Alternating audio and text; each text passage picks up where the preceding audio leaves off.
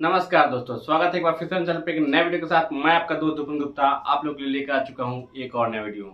दोस्तों, आज की वीडियो में हम लोग बहुत ही स्पेशल 3-4 विषय पे बात करने वाले हैं।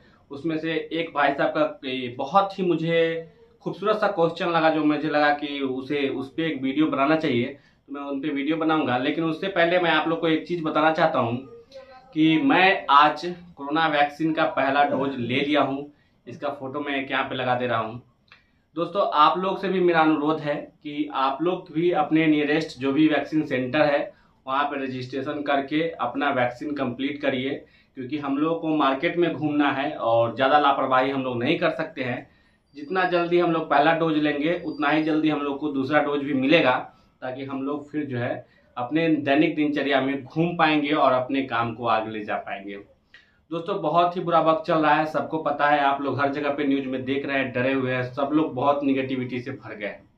ऐसे वक्त में आपको जरूरत है कि अपने आप को पूरा फुल एनर्जेटिक रखिए, अपने काम को अपना धर्म समझिए। भले ही जितना चल रहा है ठीक है, उतना ही में हम लोग लड़ते रहेंगे, संघर्ष करेंगे।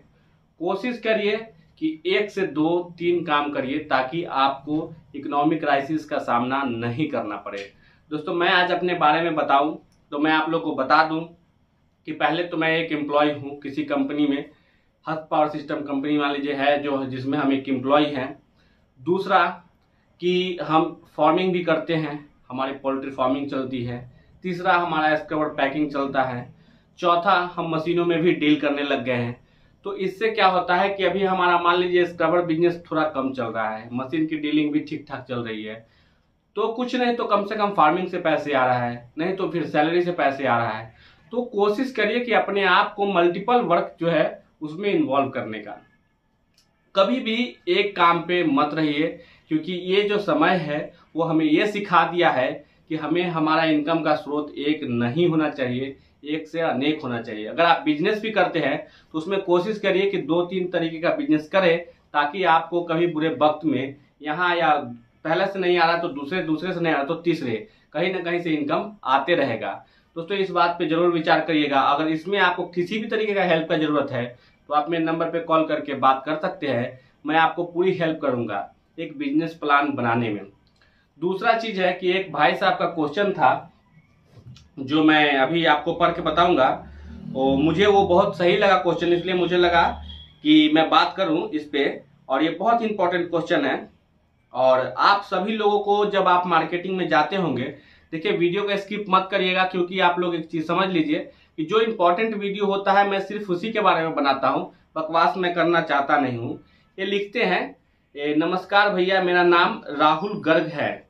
मैं आपसे यह पूछना चाहता हूं कि अगर हम किसी दुकानदार या होलसेलर के पास जाते हैं तो वह हमें यही कहते हैं कि मैं सिर्फ 100 ही माल बेचता हूं और हमारा माल देखते नहीं हैं, तो हमारा इस सिचुएशन में क्या करना चाहिए।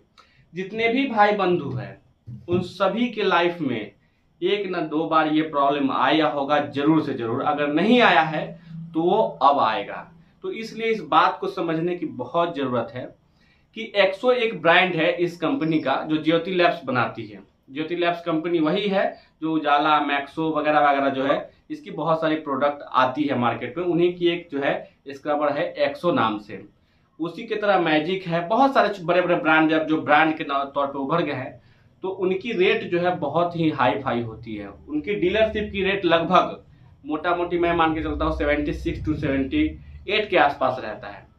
तो उसमें दुकानदार को बहुत कम का मार्जिन आता है। और हम लोग भी जो माल बनाते हैं वो लगभग उसके टक्कर का ही होता है। मैं जो अपना माल बनाता हूं वो 100 से अगर कंपेयर करेंगे तो उससे बिल्कुल ही कम नहीं है। कुछ चीजों में 100 जो है आगे होता है, जैसे उसकी सीट की जो प्रिंटिंग है वो बहुत हाई क्वालिटी की होती है, HD प्रिंटिंग मान के चलिए। और बाकी उसकी स्क्रबर की जो क्वालिटी है वो मैं भी रखता हूँ। और मैं अपने जो भी कस्टमर हमारे साथ जो जुड़े हुए हैं, हमारे जो भी भाई बंधु, उनकी भी मैं क्वालिटी सेम मेंटेन करके रखता हूँ। इम्पैक्ट मैं उससे बढ़िया भी करने की कोशिश करता हूँ। कुछ चीजें हैं जो मैं उसके लायक हम लोग नहीं कर पाते, क्योंकि उसकी सीटें जो है उनकी ज्यादा महंगी होती है, हमारी सीटें थोड़ा कम महंगी होती है, इसलिए उतना कलरफुल और उतना कह दीजिए क्वालिटी नहीं होता है। लेकिन माल उतना ही के लगभग होता है और रेट का फर्क जो है कम से कम 20 से 30 रुपया आ जाता है एक्सो में और हमारे प्रोडक्ट में। तो दुकानदार को कभी भी कन्विंस करने के लिए समय देना पड़ता है। आप उनके पास जाइए तो उनको बोलिए कि ठीक है आप 100 बेचते हैं, बहुत अच्छा बात है, हमें भी पता है कि 100 बहुत अच्छा माल है, लेकिन आपसे मेरा निवेदन है, आपसे मेरा अनुरोध है कि आप 100 भी बेचिए और मेरी माल को भी, मेरा जो हमारा है प्रोडक्ट उसको भी रखिए, उससे आपको कुछ नहीं जाने वाला है। अगर वो इस कंडीशन के लिए एग्री नहीं होते हैं तो उन्हें क्रेडिट पे माल दे दीजिए। क्रेडिट पे माल देने का मतलब है उन्हें उधार दे दीजिए और बोलिए कि इस माल को आप बेच के देखिए, अगर बिका तो आप बेचकर मुझे पैसे दे दीजिएगा, अदरवाइज मैं आपको दोबारा माल नहीं दूंगा। और 100% जो है उनका माल बिकेगा तो उनको किसी तरीके से कॉन्फिडेंस में लीजिए और फिर उनको जो है, आप नहीं होता है अगर वो एग्री नहीं करते तो क्रेडिट पे माल दे दीजिए। दुनिया का कोई ऐसा दुकानदार नहीं है जिन्हें आप माल क्रेडिट पे देंगे तो वो नहीं लेंगे, और जब वो दुकानदार फिर उस माल को बेचेगा तो 100% वो कमाएगा भी ज्यादा और लोगों को भी कोई तकलीफ नहीं है, क्योंकि हम कोई गलत सामान नहीं बेच रहे हैं। और क्वालिटी वाइज अगर बात चलती है, मानते हैं कि 100 से आपका थोड़ा सा क्वालिटी कम भी है, तो कोई हम खाने के सामान नहीं बेच रहे हैं जिससे किसी को हानिकारक हो जाएगा, किसी को हानि पहुंच जाएगा। तो इन सब का लॉजिक आप दीजिए दुकानदार को और उन्हें एग्री करिए कि आप मेरा भी माल रखिए, आप 100 को बेचिए, मैं ऐसा नहीं करा मत बेचिए, लेकिन कस्टमर को आप दोनों का ऑप्शन दीजिए। फिर कस्टमर पे डिपेंड करेगा कि वो कौन सा लेना चाहता है, मीन्स की रिटेल शॉप वाले, और रिटेल शॉप वाले को भी पैसा कमाना है। तो यहाँ पे हम उन्हें इस तरीके से समझा करके दे सकते हैं। आशा करते हैं कि आपको आपके सवाल का जवाब मिल गया होगा राहुल जी, और आप कोशिश करिए इस तरीके से करने का। अगर फिर भी कोई परेशानी आ रहा है तो आप मेरे नंबर पे कॉल करिए, आप किस एरिया से है मुझे बताइए, मैं आपको सेल्स करने में भी थोड़ा बहुत हेल्प करने की कोशिश करूंगा आपके एरिया से, ताकि आपका बिजनेस जो है अच्छा ग्रो कर जाए। दोस्तों ये वीडियो मैं ज्यादा लंबा नहीं करना चाहूंगा, मैं आप लोगों को फिर से अनुरोध करता हूं कि आप लोग जरूर अपने नजदीकी कोरोना वैक्सीन सेंटर पे जा करके अपना वैक्सीनेशन बुक करिए, उसके बाद उस वैक्सीनेशन कंप्लीट करिए। दूसरा चीज ये है कि हम तो मार्केटिंग के बारे में वीडियो बनाते रहते हैं, मशीन के बारे में वीडियो बनाते रहते हैं, आप लोग जानते हैं कि मैं अब मशीनें भी बेचने लग गया हूं, मैं आप लोग को देता हूं। तो आप लोग किसी भी तरीके का मशीन लेना चाहते हो तो कम से कम मुझसे लीजिए, नहीं लीजिए कोई फर्क नहीं पड़ता, लेकिन एक बार सलाह जरूर लीजिए। आप मेरे दिए गए नंबर पे कॉल करके सलाह ले सकते हैं, मैं आप लोग के लिए जितना संभव होता है हेल्प करने की कोशिश करता हूं। आप सभी भाई लोग जो हमें प्यार देते हैं उनके लिए भी आप लोग का बहुत बहुत धन्यवाद।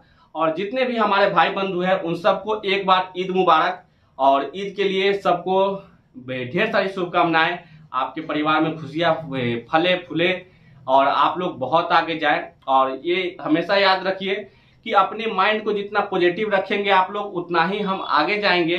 कोई भी सिचुएशन लाइफ में परमानेंट नहीं होता है, आप इस बात को हमेशा याद रखिए। अगर आपके पास आज गरीबी है तो वो हमेशा नहीं रहेगा, और अगर अमीरी है तो भी हमेशा नहीं रहेगा। आज आपका स्वास्थ्य ठीक नहीं है तो जरूरी नहीं है कि आपका स्वास्थ्य हमेशा ही ठीक नहीं रहेगा।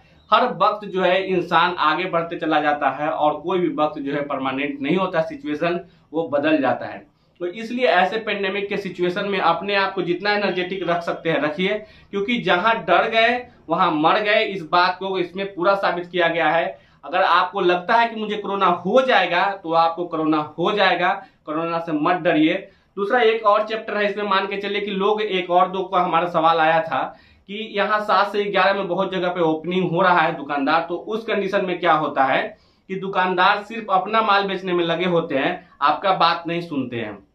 आप जाते हैं तो उस कंडीशन में आप क्या करिए कि अपना एक विजिटिंग कार्ड छपवा लीजिए अगर हो सकता है तो, नहीं तो अगर विजिटिंग कार्ड नहीं छपवा सकते हैं तो एक पेपर पे ही अपना नाम, नंबर, प्रोडक्ट का नाम लिख करके जाइए और उनको दुकानदार को सिर्फ कम से कम उन्हें पर्ची और थमा दीजिए कि भैया अभी आप फुर्सत में नहीं है, लेकिन जब आप दुकान क्लोज शॉप को क्लोज भी कर रखे होंगे तब भी आप मुझे फोन कर देंगे तो मैं किसी भी समय आके आपके यहाँ माल डिलीवर कर दूंगा।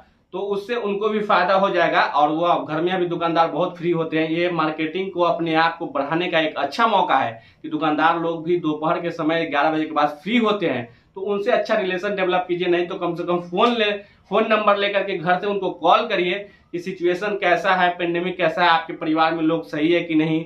आप लोग प्लीज थोड़ा दुकानदारी जो कर रहे हैं तो सैनिटाइजेशन करते रहिए, हाथ को मास्क प्रॉपर लगा के रखिए। इन सब चीजों का आप उनको अगर सलाह देते हैं तो उनके लिए भी थोड़ा सा अपनापन आपका बिल्ड होता है, तो उस कंडीशन में आपका मार्केटिंग अच्छा होगा। इस पे आप लोग वर्क करिए। हम लोग जो है कि हर तरीके के मशीन आपके साथ डील करते हैं, आपको जो भी बिजनेस में जो भी प्लान चाहिए आप हमसे बात कर सकते हैं। उसकी मशीनरी, उसके कैसे एग्जीक्यूट करना है, कहां से क्या होगा, सारी जानकारी आपको इस चैनल पे मिल जाएगा। चलिए दोस्तों, वीडियो को ज्यादा लंबा नहीं करते हैं, मिलते हैं तब तक के लिए अगले वीडियो में। तब तक के लिए नमस्कार, बाय बाय, टाटा, सत श्री अकाल। Heaven just knows what it was. Will I go back to the place where I belong?